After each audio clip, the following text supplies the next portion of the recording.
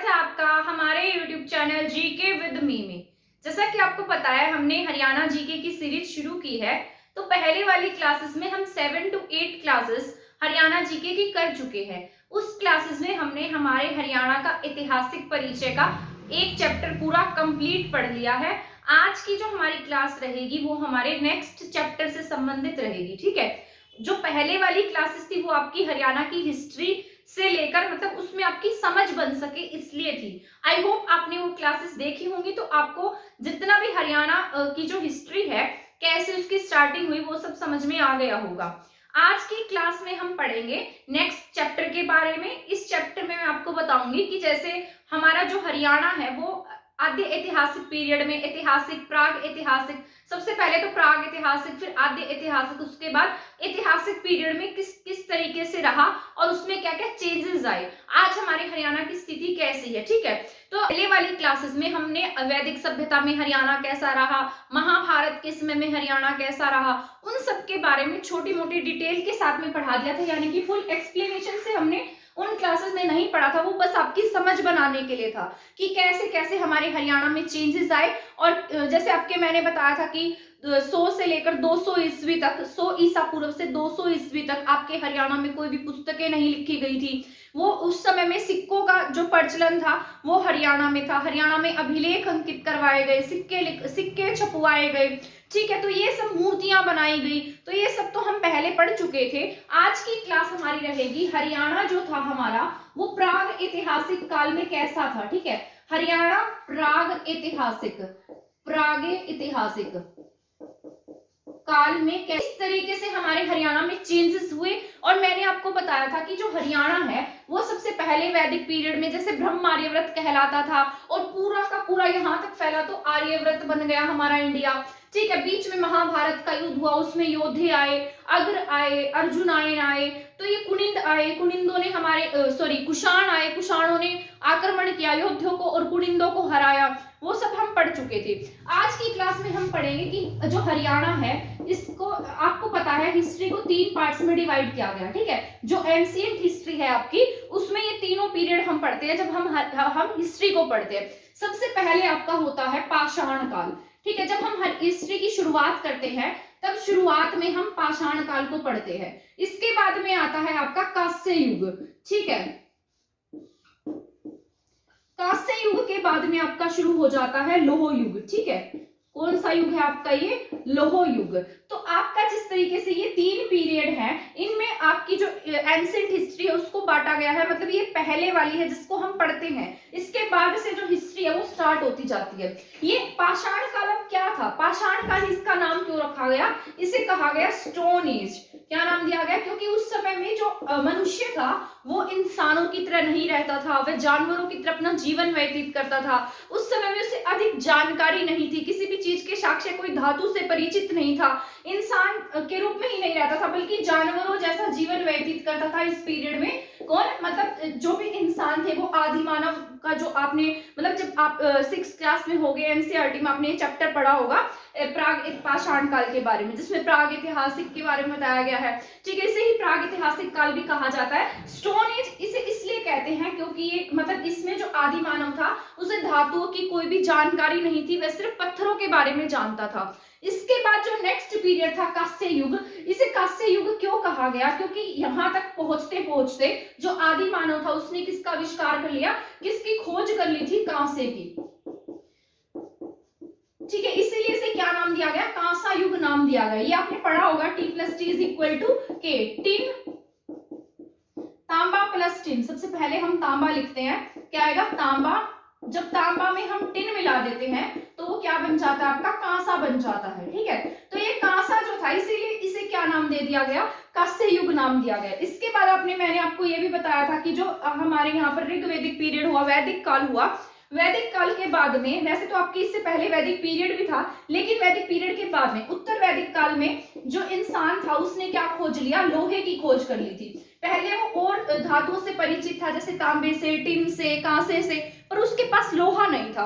तो लोहा इसने कब खोजा, लौह युग में, जिसे हमने क्या नाम दिया है, वैदिक पीरियड का नाम दिया है। ये भी हम पूरा कंप्लीट डिटेल से पढ़ेंगे क्योंकि यहाँ से क्या मिले हैं, बहुत साक्ष्य मिले हैं। जैसे आपके कांस्य युग से साक्ष्य मिले, आपके पाषाण काल का इतना अधिक मतलब जो साक्ष्य है वो आपके यहाँ देखने को नहीं मिले हैं। कुछ छुटपुट सभ्यता है जिसके बारे में हमारा जानना जरूरी है, जो हमारे हरियाणा से संबंधित है, इसीलिए मैं आपको पाषाण काल पढ़ा रही हूँ। अब ये तो हमने जान लिया कि किस तरीके से प्राग ऐतिहासिक पीरियड हुआ। इसके बाद हम जानेंगे जो पाषाण काल था वो कैसे विकसित हुआ, क्योंकि हमने हरियाणा की हिस्ट्री को पढ़ना है, इंडियन हिस्ट्री को नहीं पढ़ना है इसमें, इसे तो ये मैं आपको इंटरलिंक करके पढ़ाऊंगी। जैसे आपके पाषाण काल है, इसको भी 3 पार्ट्स में डिवाइड किया गया है। सबसे पहले आता है आपका पूरा पाषाण काल, यानी कि जो सबसे पहले वाला था उसे क्या नाम दिया गया, पूरा पाषाण काल। पूरा पाषाण काल के बाद में आया आपका मध्य पाषाण काल। क्या आया था, मध्य पाषाण काल। इसके बाद में आया आपका नव पाषाण काल। ठीक है, नव पाषाण काल थे तो सभी स्टोन एज वाले ही है, लेकिन धीरे धीरे इसमें क्या होती गई, जैसे आदि मानव था। यहाँ पर जो आपका पूरा पाषाण काल है इसको पैलियोथोलिक एज कहा जाता है। क्या कहते हैं इसको, पैलियोथोलिक एज, पैलियोथोलिक पीरियड बोल दीजिए, पीरियड कहा जाता है। ठीक है, इसके बाद मध्य वाले को क्या कहते हैं, माइक्रोलिथ या मीजोलिथ, इसे कहा जाता है माइक्रोलिथ या फिर इसको कहा जाता है मीजोलिथ। इसके बाद था आपका नव पाषाण, नियो के नाम से जान सकते हैं, नया था ये, नव पाषाण काल था। ठीक है, तो सबसे पहले पूरा पाषाण काल, फिर मध्य पाषाण काल, फिर नव पाषाण काल। अब हम ये क्यों पढ़ रहे हैं, इसको पढ़ना हमारा इसलिए जरूरी है क्योंकि बाद में हमारी जो सभ्यता है जो हरियाणा में विकसित हुई थी, हरियाणा की सबसे पहली सभ्यता थी जो, वो यहीं पर आएगी। तो पूरा पाषाण काल जो था इसका टाइम पीरियड 25 लाख पढ़ रहे हैं। पूरा पाषाण काल का जो टाइम पीरियड था वो आपके 25 लाख ईसा पूर्व से 10,000 ईसा पूर्व के आसपास रहा था। इसके बाद बात की जाए मध्य पाषाण की तो ये 10,000 बीसी से लेकर आपके 8,000 बीसी तक रहा। इसके बाद नव पाषाण जो था वो 8,000 बीसी से लेकर आपके यहाँ पर 4,000। जैसे आपने वैदिक सभ्यता पढ़ी थी, वैदिक सभ्यता आपकी पहले 1500 से 1000, बाद में 1000 से 600 ईसा पूर्व थी। वैसे ही ये 25 लाख ईसा पूर्व से लेकर 10,000 ईसा पूर्व तक थी। इसके बाद में 10,000 ईसा पूर्व से 8,000 ईसा पूर्व, इसके बाद 8,000 ईसा पूर्व से आपके 4,000 ईसा पूर्व के आसपास नव पाषाण काल रहा था। ये वो वाला पीरियड था, पूरा मानव था वो कैसा था, आदि मानव के जैसा था। और अगर ये क्या करता, जिस तरीके से कोई पत्थर होता है, किसी भी जानवर को पत्थर मारता, अगर वो मर जाता तो ठीक था, उसे खा लेता था, अगर नहीं मरता, उसका निशाना चूक जाता तो वहीं पर कोई कंद मूल, जिस तरीके से आपके ये पेड़ पौधे थे उन्हें उखाड़ता और खा जाता था। तो इस तरीके का क्या था, यहाँ पर मानव था, जिसे हम आदि मानव के नाम से जानते हैं। यहाँ पर ये बिल्कुल जानवरों की तरह रहता था, स्थायी नहीं था, इधर उधर घूमता रहता था, भोजन के लिए जंगलों में रहता। फिर धीरे धीरे क्या हुआ, इसने क्या किया, अपना जो भोजन है ना, तो इसे जब ये शिकार करता तो शिकार करने को क्या कहा गया, आखेटक। क्या नाम दिया गया है, आखेटक। ठीक है, तो धीरे धीरे जैसे ये मतलब ग्रो करता गया तो इससे थोड़ा रियलाइज हुआ कि जैसे उस समय में बारिश आ जाती, कोई तूफान आ जाता, तब इसके पास खाना नहीं होता था, तो इसने संग्रह करना इकट्ठा किया, मतलब संग्रह करना शुरू कर दिया। तो इसी पीरियड में ये संग्रह करना और आखेटक यानी कि शिकार करना सीख चुका था। किस पीरियड में, पूरा पाषाण पीरियड में। और यहाँ पर बस ये पत्थर मारता तो क्या हो जाता था, उससे शिकार हो जाता, और नहीं होता तो कंदमूल खा लेता था। इसके बाद में मध्य पाषाण काल आया और मध्य पाषाण काल में इसने जो आदि मानव था वो थोड़ा ग्रो कर गया, संग्रह करने लगा, आखेटक हो गया, शिकार करने लगा था। तो यहाँ पर इसने क्या किया, जो पत्थर होते थे इसको यहाँ पर थोड़ी समझ आ गई, अब पत्थरों को नुकीला करने लगा तो इसे थोड़ी बहुत मतलब इसको जिस तरीके से निशाना भी लगाना आ गया। तो ये जो नुकीले पत्थर थे ये उनके जो भी जानवर होते उनके ऊपर क्या करता, अपना निशाना बनाता। ठीक है, निशाना बनाने के बाद उन्हें मार देता और फिर उनको मतलब उनका जो मांस वगैरह होता था वो खा लेता था। और इसी समय में इसने क्या शुरू किया, ये धीरे धीरे इसको रियलाइज हुआ कि अब मुझे अपनी केयर करनी है या फिर कोई मुझे कुछ कह ना दे, तो ये इसने एक कुत्ते को पालतू बना लिया था। यहाँ पर क्या क्या, कुत्ते को पालतू बनाया। अब कुत्ते को पालतू क्यों बनाया था, क्योंकि कुत्ता क्या होता है, बहुत वफादार होता है और इसकी सुरक्षा भी कर सकता था, इसीलिए इसने कुत्ते को पालतू बनाया, क्योंकि अहिंसक भी था। और इसने मतलब यहाँ पर जो छोटे छोटे हथियार मतलब छोटे छोटे पत्थर होते हैं उन्हें नुकीला किया, जैसे क्या नाम दिया गया, माइक्रोलिथ या फिर मीजोलिथ। इसीलिए इसे माइक्रोलिथ नाम दिया गया है, क्योंकि यहाँ पर छोटे छोटे जो भी हथियार वगैरह होते हैं, हथियार तो हम क्या कहेंगे, पत्थर नुकीले करने सीख गया था यहाँ पर आदि मानव। ठीक है। वहीं इसने आग का आविष्कार कर लिया था, यानी कि आग जलाना सीख गया था, लेकिन यहाँ पर स्थायी आग नहीं जलाई इसने, मतलब नियमित आग जलाना नहीं सीखा, कभी कभी यहाँ पर आग जला लेता था। आग का आविष्कार भी यहाँ पर हो गया था। फिर बात करते हैं नवपाषाण काल की, ये बहुत इंपॉर्टेंट है आपका, ये आपके हरियाणा से संबंधित है, ठीक है, इसलिए मैं यहाँ पर इसको पढ़ना ज्यादा जरूरी है। अगर आप ये भी पढ़ेंगे तो भी आपकी समझ ही बनेगी इससे, क्योंकि हमारे इंडियन हिस्ट्री में भी ये सभी बातें एज इट इज दी गई है जो मैं आपको बता रही हूँ। तो नवपाषाण काल में क्या होता है, 8000 से 4000 बीसी तक ये टाइम पीरियड रहा, और इसमें इसने क्या किया, इसने अपना जीवन जो था वो स्थायी बना लिया था, यानी कि स्थायी जीवन जीना इसने यहाँ पर शुरू कर दिया। और स्थायी जीवन के साथ साथ कुत्ते को तो पालतू बना ही चुका था, यहाँ पर इसने सिर्फ कुत्ते को पालतू बनाया था, यहाँ पर ये पशुपालन, पशुओं को पालतू बनाया इसने, यहाँ पर कुत्ता पालतू नहीं है, पशु है, पशु में बकरी, भेड़, भैंस, गाय, ये सभी आ जाते हैं। इसके साथ साथ यहाँ पर ये क्या करने लगा, कृषि भी करने लगा, ठीक है, कृषि करेगा, पशु पालेगा, तो कैसा जीवन हो जाएगा इसका, स्थायी होगा। अब ये एक जगह पर रहकर जीवन जिएगा तो समाज का निर्माण होगा, तो यहाँ पर ये सामाजिक भी बन गया, समाज का निर्माण हुआ यहाँ से। तो यहाँ पर ये देखिए आप, और इसी पीरियड में नवपाषाण काल में इसने पहिए का आविष्कार भी कर लिया था। किसका आविष्कार किया, पहिए का, ठीक है। तो ये सभी चीजें यहाँ पर क्या हुई, मतलब इनोवेट हो चुकी थी, यहाँ पर इनकी खोज कर ली गई थी। तो सबसे पहले हमने पढ़ा पाषाण काल, पूरा पाषाण काल, मध्य पाषाण काल और नवपाषाण काल। अब इसमें बात करते हैं इसे कौन सा क्या नाम दिया गया, प्राग ऐतिहासिक काल। प्राग ऐतिहासिक काल हम उसे कहते हैं जिसके बारे में कोई भी मतलब जानकारी नहीं मिलती है, या फिर सिर्फ पत्थरों पर पत्थर ही मिले और कुछ यहाँ पर ज्यादा नहीं था, कोई ज्यादा धातुएं नहीं थी, और सिर्फ ये पत्थर तक ही सीमित था, पत्थरों से क्या करता, शिकार करता था। और ये प्राग ऐतिहासिक काल इसीलिए इसे कहा गया है। इसके बाद में आद्य ऐतिहासिक आएगा, जिसके बारे में लिखित सामग्री तो मिली है लेकिन उसे पढ़ा नहीं गया। तो आप यहाँ से अंदाजा लगा गए होंगे कि मैं किसके बारे में बात कर रही हूँ, ठीक है। इसके बाद मध्य पाषाण काल, नवपाषाण काल। अब नवपाषाण काल के बाद हमारे हरियाणा में यहाँ पर एक सभ्यता विकसित हो रही थी, जिसे नाम दिया गया था सीसवाल सभ्यता, ठीक है। क्या नाम दिया गया, सीसवाल सभ्यता। सीसवाल सभ्यता इसलिए फेमस, मतलब इसलिए हम यहाँ पर पढ़ रहे हैं क्योंकि जो सीसवाल सभ्यता है आपकी हड़प्पा से भी पुरानी सभ्यता है। आपने पढ़ा होगा हड़प्पा से भी पुरानी सभ्यता है आपके सीसवाल सभ्यता, जो कब विकसित हुई, नवपाषाण काल के बाद में एक पीरियड और आया था जिसे ताम्रपाषाण काल का नाम दिया गया। इसके बाद ये तांबा यहाँ पर क्या हो जाता है, इनोवेट, मतलब तांबे का आविष्कार कर लेता है, इसलिए इसे क्या नाम दिया गया, ताम्रपाषाण काल का नाम दिया गया। यहां मैं लिख देती हूं, ताम्रपाषाण काल। इसके बाद हमारे यहां पर क्या आएगी, कांसा युग कह लीजिए, ठीक है, जो हड़प्पा वाला था। तो इसके बाद यहाँ पर ताम्रपाषाण काल का आविष्कार हुआ, यानी कि ये विकसित हुआ, यहाँ पर तांबा खोज लिया गया। और नवपाषाण और ताम्रपाषाण काल के बीच में हमारे यहाँ पर सीसवाल सभ्यता उभरकर सामने आई। क्या हुआ यहाँ पर, सीसवाल सभ्यता। तो आपसे अगर एग्जाम में पूछता है कि बताइए सीसवाल सभ्यता जो है वो किन दो प्रमुख काल के बीच में थी, तो ये नवपाषाण और ताम्रपाषाण के बीच में थी। क्या नाम दिया गया इसे, सीसवाल सभ्यता, ठीक है। इसका नाम सीसवाल नहीं है, वैसे इसे सोथी सीसवाल के नाम से जाना जाता है। यहाँ लिख देती हूँ, मैं इरेज कर देती हूँ इसको, ठीक है, ताकि आपको समझ में आ जाएंगे अच्छे से। यहाँ तक तो आई होप आपको समझ में आ ही गया होगा। तो यहाँ पर मैं एक बार लिख देती हूँ क्योंकि मैंने इसको रिवाइज भी करा ही दिया है। तो यहाँ पर अब हम पढ़ रहे थे नवपाषाण काल के बाद यहाँ आया आपके ताम्रपाषाण काल। ताम्रपाषाण काल और नवपाषाण काल के बीच में आपके हरियाणा में एक सभ्यता विकसित हुई जिसे नाम दिया गया सीसवाल सभ्यता।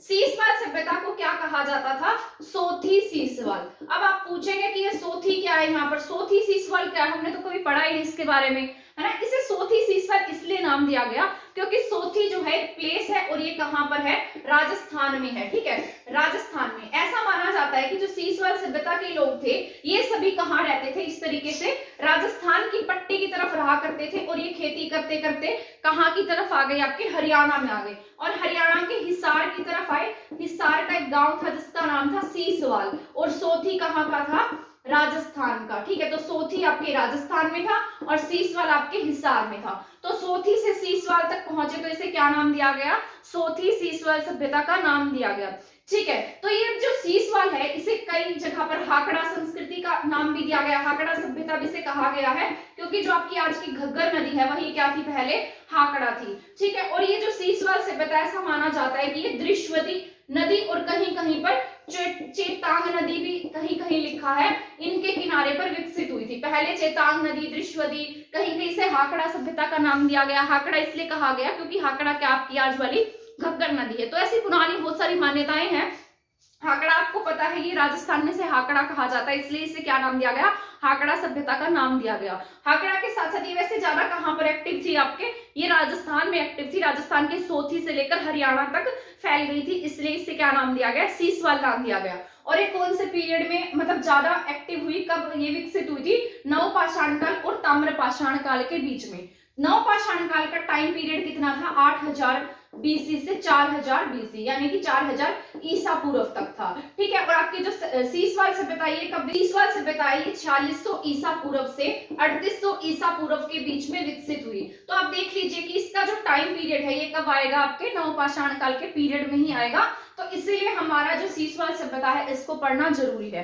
तो इसे हम कहां पर काउंट करते हैं, नवपाषाण और ताम्रपाषाण काल के बीच में किसे काउंट करते हैं, सीसवाल सभ्यता को। सीसवाल सभ्यता का टाइम पीरियड कितना था, 4600 ईसा पूर्व से 3800 ईसा पूर्व तक था। तो आपको याद रख लेना है, या एग्जाम में कुछ भी पूछ सकता है, जो सीईटी मेंस का एग्जाम होगा। ठीक है, कभी ऐसे ही बैठे रहो और पढ़ो ही है, तो ये सीईटी मेंस के एग्जाम के पॉइंट ऑफ व्यू से भी जरूरी है और आपके हरियाणा ग्रुप डी के एग्जाम के पॉइंट ऑफ व्यू से भी जरूरी है। ठीक है, तो यहाँ पर जो सीसवाल सभ्यता है इसका टाइम पीरियड 4600 से 3800 बीसी के आसपास। पर आपने पढ़ा कि ये जो नवपाषाण है ये किसका हिस्सा था, प्राग ऐतिहासिक का।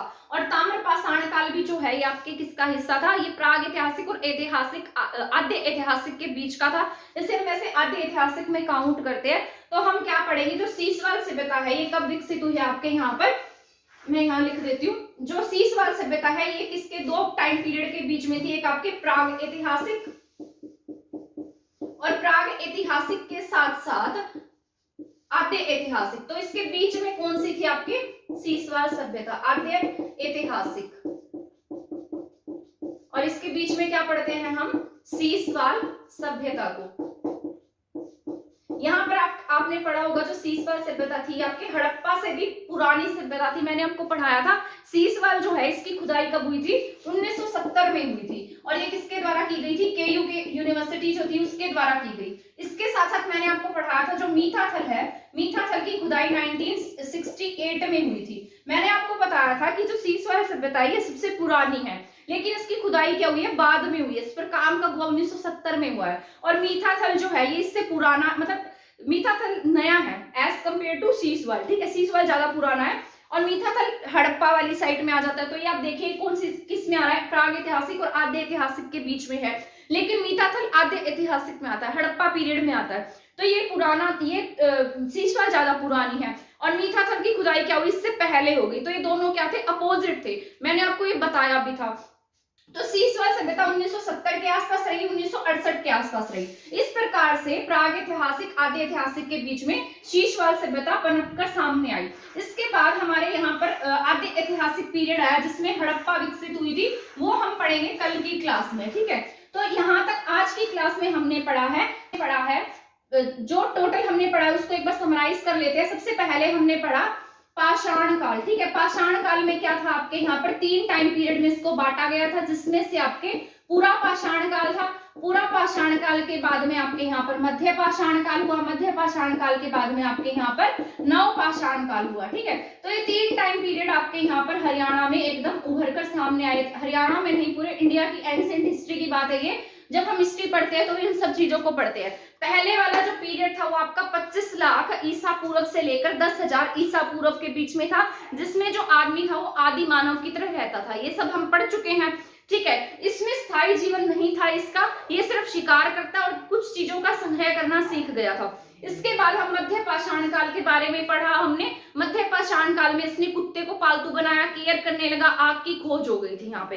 ठीक है, इसके बाद नव पाषाण काल में इसने, और यहाँ पर इसने शार्प हथियार वगैरह जो पत्थर वगैरह होते हैं वो शार्प करना सीख लिया था। इसके बाद नव पाषाण काल हमारा इंपॉर्टेंट इसलिए था क्योंकि इस पीरियड में इसने यहाँ पर स्थायी जीवन जीना शुरू कर दिया था। स्थायी जीवन के साथ साथ पशुओं को पालना शुरू कर दिया, कृषि करना शुरू कर दिया। ठीक है, और इसके साथ साथ पहिए का आविष्कार इसने कर लिया था, आग प्रतिदिन जलाने लगा था, आग को अपने जीवन का हिस्सा बना लिया था। तो ये नवपाषाण काल में ये जो आदि मानव था, मानव का रूप ले लिया था इसने यहाँ पर। इसके बाद हमने पढ़ा था ताम्र पाषाण काल। ठीक है, ताम्र पाषाण काल और नवपाषाण काल के बीच में हमारे यहाँ पर एक सभ्यता विकसित हुई जिसे हमने शीशवाल का नाम दिया। शीशवाल जो है वो सोथी से लेकर, सोथी राजस्थान से लेकर आपके शीशवाल तक फैली हुई थी। इसे हाकड़ा सभ्यता का नाम भी दिया गया। ऐसा माना गया कि ये चेतांग नदी जो है उसके किनारे पर बसी हुई संस्कृति थी। शीशवाल जो शहर है वो आपके हिसार में है। इसकी खुदाई का कार्य 1970 में हुआ। तो ये सभी पॉइंट्स जो थे वो हमने समराइज कर लिए हैं। इसके बाद नेक्स्ट क्लास में मैं आपको पढ़ाऊंगी कि जो प्रागैतिहासिक काल है उसमें हमारे हरियाणा से क्या क्या मिला। आपको पता है हमारे वैसे दो ही एरिया में ही ज्यादा एक्टिव थे, एक शिवालिक रेंज और एक अरावली रेंज। तो प्रागैतिहासिक काल के जो थोड़े बहुत साक्ष्य हमारे हरियाणा में मिले हैं, जैसे मैंने आपको पढ़ाया था कि जो पंचकुला काल का है वहां से एक मानव खोपड़ी मिली है जो 1.5 करोड़ साल पुरानी है, तो वो भी इन्हीं टाइम पीरियड के बीच में आती है। तो वो सब भी मैं आपको यहाँ पर कल समराइज करके पढ़ा दूंगी। आज की क्लास में हमारे इतना ही टॉपिक है। अगर आपको लगता है ये क्लास आपके लिए किसी के लिए हेल्पफुल है तो आप इसको शेयर कर दीजिए, और अगर आपने मेरे चैनल को सब्सक्राइब नहीं किया है तो सब्सक्राइब कर दीजिए। और नेक्स्ट क्लास हमारी देखने के लिए चैनल के साथ बने रहें। आज की क्लास में इतना ही है। थैंक यू, धन्यवाद।